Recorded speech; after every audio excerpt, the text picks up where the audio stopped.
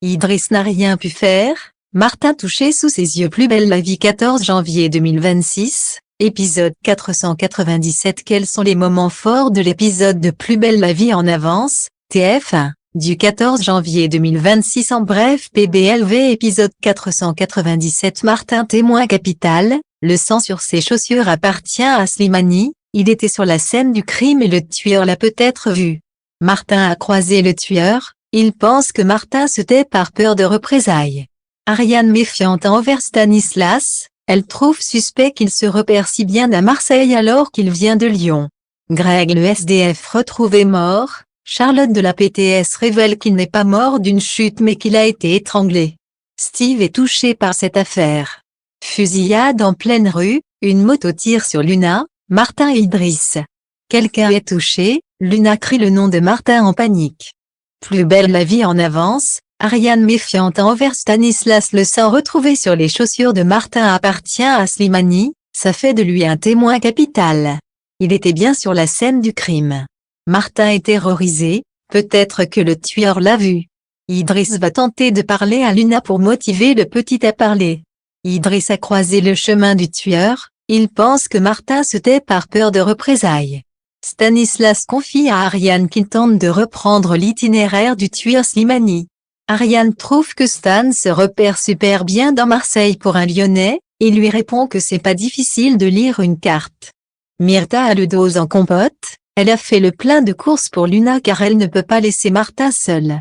Myrtha a dormi chez Luna, Martin s'est réveillé 3 fois dans la nuit avec des cauchemars. Martin ne veut pas sortir de sa chambre. Myrtha se confie à Thomas, elle est inquiète. Un homme, Greg, cherche Nisma, Steve lui apprend qu'elle a quitté Marseille. Le SDF dit qu'on lui a piqué son duvet que Nisma lui avait donné. Steve va appeler l'association pour lui trouver un duvet pour ce soir. Plus belle la vie. 14 janvier 2026, Steve touché par la mort du SDF. Thomas a droit à des cours particuliers de Vanessa, il n'écoute pas, il écrit bêtement. Thomas lui dit que Vanessa parle trop rapidement. Vanessa demande d'écouter et de synthétiser ensuite par écrit. Thomas veut du concret, Vanessa le prend au mot, elle lui dit qu'elle le retrouve au Mistral après le service du midi. Il veut voir ses lignes de compte. Vanessa dit à Thomas qu'il ne doit plus offrir de café à 2 € à raison de 6 par jour, c'est une perte de 4 380 € par an. Jawa met en garde Thomas, c'est une hyène, elle va tous les mettre en danger. Steve se rend au lieu de rendez-vous, Greg le SDF est tombé et il est mort.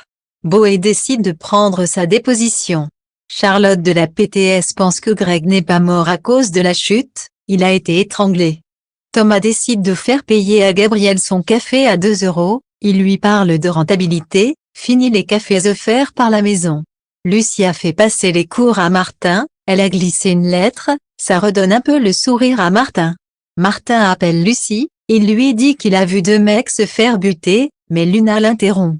Luna sort avec Martin, Idriss est aux aguets pour la sécurité, en pleine rue, il y a une moto qui leur coupe le chemin et tire.